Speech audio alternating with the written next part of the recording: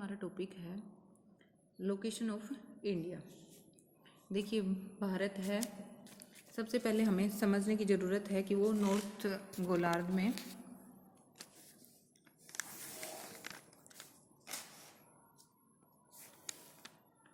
भारत की जो स्थिति है वो नॉर्थ गोलार्ध में पड़ती है, और उसमें देशांतर में देखें तो फिर वो पूर्वी देशांतर में पड़ती है। देखिए ये है 23.5 डिग्री कर्क रेखा जो लगभग भारत के मध्य से गुजरती है। तो भारत की लोकेशन यहाँ पे है 8 डिग्री 4 मिनट से लेके 37 डिग्री 6 मिनट उत्तरी गोलार्ध, और जबकि इसका देशांतरीय जो विस्तार है वो 68 डिग्री 7 मिनट से 97 डिग्री 25 मिनट पूर्वी देशांतर पड़ता है। तो इस संदर्भ में हम उसको पूर्वी देशांतर बताएंगे। देखिए जम्मू कश्मीर के इंदिरा कोल से लेके और कन्याकुमारी तक इसकी टोटल जो लंबाई है वो है 3214 किलोमीटर, जबकि इसकी चौड़ाई है वो गुजरात से लेके अरुणाचल प्रदेश के पूर्वी छोर तक टोटल चौड़ाई होगी 2933 किलोमीटर। और ये देखो डॉटेड जो लाइन नज़र आ रही है ये है कर्क रेखा जो लगभग भारत के मध्य से गुजर रही है, और ये 8 राज्यों से गुजरती है: गुजरात, मध्य प्रदेश, छत्तीसगढ़, झारखंड, पश्चिमी बंगाल, त्रिपुरा और मिजोरम। ठीक है।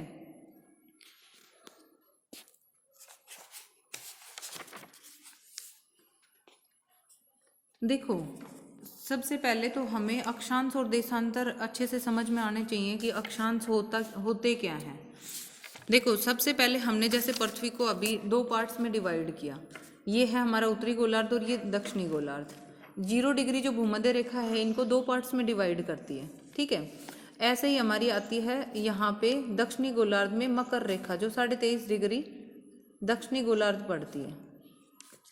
ये मकर रेखा, ये भूमध्य रेखा और ये कर्क रेखा। देखो सबसे पहले आपको समझने की जरूरत है अक्षांश होते क्या हैं। अक्षांश भूमध्य रेखा के समानांतर खींची जाने वाली पूर्ण वर्ताकार रेखाएं होती हैं। पूर्ण वर्ताकार कैसे? जैसे यहाँ से स्टार्ट होगी तो पूरा वर्त कंप्लीट होके वापस इसी पे मिल रहा है। ठीक है। और ये 90 डिग्री नॉर्थ और 90 डिग्री साउथ दोनों उसमें दक्षिणी ध्रुव और उत्तरी ध्रुव पे टोटल हमारे अक्षांश हो गए 90 + 90 180। ठीक है। अब बात आती है अक्षांश रेखा की। तो अक्षांश रेखा क्या होती है? एक छोर को दूसरे छोर से मिलाकर खींची जाने वाली कोई भी लाइन होती है उसको हम रेखा बोलते हैं। ठीक है। अब हमारे यहाँ पे भूमध्य रेखा जिसको हम 0 डिग्री काउंट कर रहे हैं ये अपने आप में एक मुख्य रेखा है जो क्या कर रही है, दोनों को अलग पार्ट्स में डिवाइड कर रही है। लेकिन नॉर्थ पोल और साउथ पोल हमारे क्या हैं, एक बिंदु के रूप में है, हम उसको एक रेखा नहीं कह सकते। ठीक है। तो हमारी जो अक्षांश रेखाएं हैं वो टोटल कितनी होंगी, इन 2 को हम 180 में से लेस कर देंगे और 0 को उसमें ऐड कर देंगे तो हमारी टोटल अक्षांश रेखाएं हुई 179।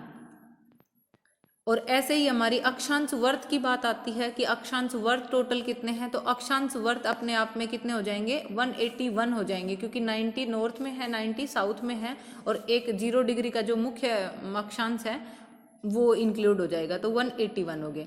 ऐसे ही हमारी अगर हम अक्षांश रेखा की डेफिनेशन पूछे तो अक्षांश रेखा कैसे बताएंगे कि भूमध्य रेखा के समानांतर खींची जाने वाली पूर्ण वर्ताकार रेखाओं को हम अक्षांश रेखा कहते हैं।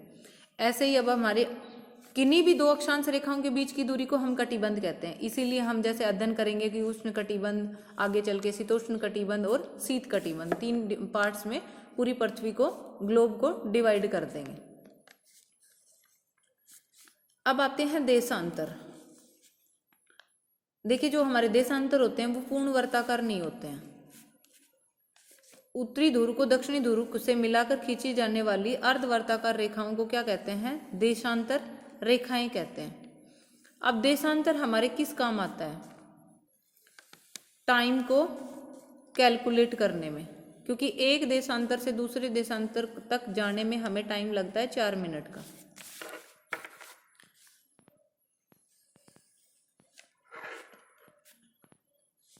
ठीक है। तो एक देशांतर से दूसरे देशांतर को के बीच की दूरी को हम कहते हैं गोर, और इसके दो अक्षांशों के बीच की दूरी को तो हम कहते हैं कटिबंध, और दो देशांतरों के बीच की दूरी को हम कहते हैं गोर।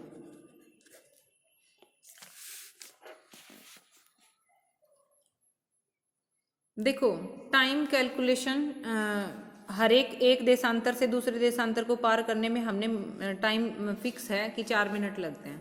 तो जहाँ का भी टाइम कैलकुलेट करना हो उसको हम बहुत इजीली निकाल सकते हैं। हर एक देश का एक मानक समय होता है, जो एक मानक रेखा वो मान के चलते हैं। जैसे भारत का मानक समय क्या है, 82.5 डिग्री पूर्वी देशांतर, जो क्या करता है कि एक ही उसमें इंडिया में टाइम को कैलकुलेट करता है। इसमें समझिए आप, देखो ये जो डॉटेड लाइन दिख रही है आपको, ये 82.5 डिग्री की रेखा है, जो क्या कर रही है, भारत का मानक समय है जो 82.5 डिग्री, देखो ये लिखा हुआ। अब ये केंद्रीय यामोत्तर कहा गया है इसको। ये क्या कर रही है कि पूरे इंडिया में एक ही टाइम रह सके, इसलिए हमने क्या किया कि एक देशांतर को हमने मान लिया कि ये हमारे मानक समय है।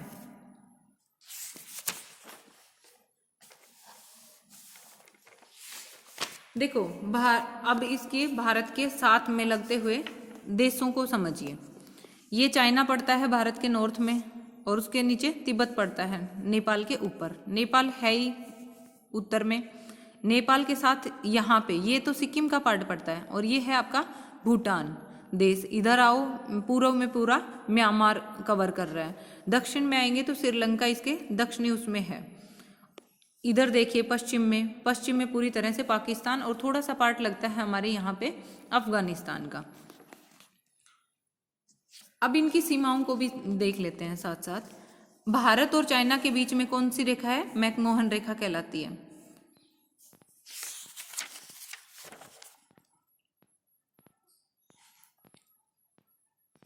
देखिए भारत और पाकिस्तान, जब इंडिया और पाकिस्तान अलग हुए तो पाकिस्तान का ही हिस्सा था बांग्लादेश, ठीक है।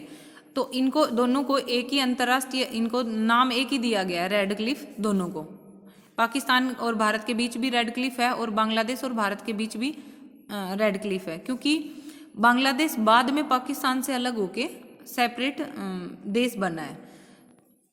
तो सबसे ज़्यादा सीमा रेखा कौन बनाता है, बांग्लादेश बनाता है, क्योंकि बांग्लादेश का लगभग पूरा पश्चिमी, पूर्वी और नॉर्थ पार्ट इंडिया के चारों तरफ कवर हो रहा है। थोड़ा सा मतलब यहाँ पे जाके बस ये जो उसका गंगा नदी का जो डेल्टा है वो वाला पार्ट, जो किसी के साथ नहीं लगता, थोड़ा सा म्यांमार के साथ लगता है। और सबसे कम सीमा कहाँ पे बनती है, यहाँ पे अफगानिस्तान के साथ बनती है। मात्र 84, किसी बुक में 80 किलोमीटर दे रखा है, किसी में 84 दे रखा है। तो वो मिनिमम दूरी, अंतर्राष्ट्रीय सीमा कह सकते हैं, जिसको अफगानिस्तान और भारत के बीच में डूरंड रेखा के नाम से जाना जाता है। देखिए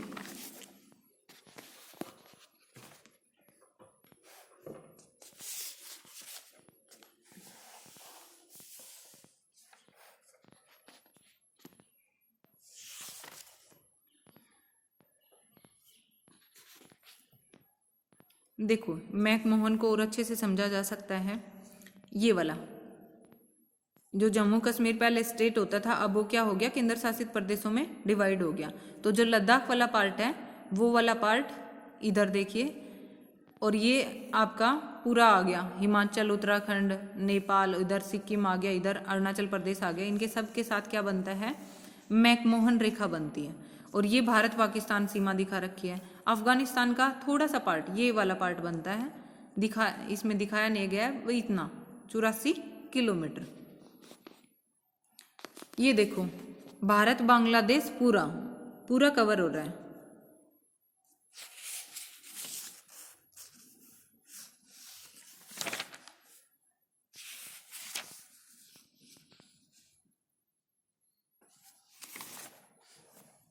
देखो अंतर्राष्ट्रीय संदर्भ में अगर देखें इंडिया की स्थिति एशिया के उसमें, तो ये देखिए ज़्यादा क्लियर हो पाएगा। ये हमारा भारत है, ये इधर आपका चाइना आ गया, पाकिस्तान आ गया। ये देखो इसमें अफगानिस्तान को ही बाउंड्री हम बहुत आसानी से देख सकते हैं, ये वाला पार्ट। बस इंडिया के मात्र थोड़ा सा दिखने में यूँ लग रहा है कि जैसे है ही नहीं, क्लोज है, लेकिन तजाकिस्तान पूरा नॉर्थ में रह गया और तजाकिस्तान और अफगानिस्तान के बीच में यहाँ पे ये वाली बाउंड्री सबसे छोटी अंतर्राष्ट्रीय बाउंड्री बनाता है भारत अफगानिस्तान के साथ में। अब देखिए इसकी एशिया के संदर्भ में जब हम देखते हैं भारत की स्थिति, तो भारत क्या है, दक्षिणी पूर्वी एशिया में पड़ता है, ठीक है। अब इधर आए तो ये म्यांमार आ गया पूरा का पूरा, जो इसकी पूर्वी सीमा बना रहा है, बीच में ये बांग्लादेश था ही। अब देखिए कि पूरा का पूरा जो व्यापार भी होता है वो भी क्या है, तीनों चारों वायु मार्ग से, समुद्री मार्ग से अंतर्राष्ट्रीय व्यापार किया जाता है। अब देखिए इनको सबसे पहले तो पड़ोसी देशों की लोकेशन समझना इसलिए जरूरी हो जाता है क्योंकि अंतर्राष्ट्रीय व्यापार इन्हीं देशों के साथ किया जाता है। जैसे यहाँ पे एग्जाम्पल देखिए, ये म्यांमार के जस्ट इधर थाईलैंड, लाओस, वियतनाम और ये हांगकांग आ गया। अब इधर देखिए ये है हमारा इंडोनेशिया 3 द्वीपों से बना है, जावा, सुमात्रा और बोर्नियो। ये बोर्नियो है जो लंबी सी आकृति में दिख रहा है, ये वाला बोर्नियो, जावा और ये सुमात्रा, तीनों मिलके एक देश बनता है इंडोनेशिया।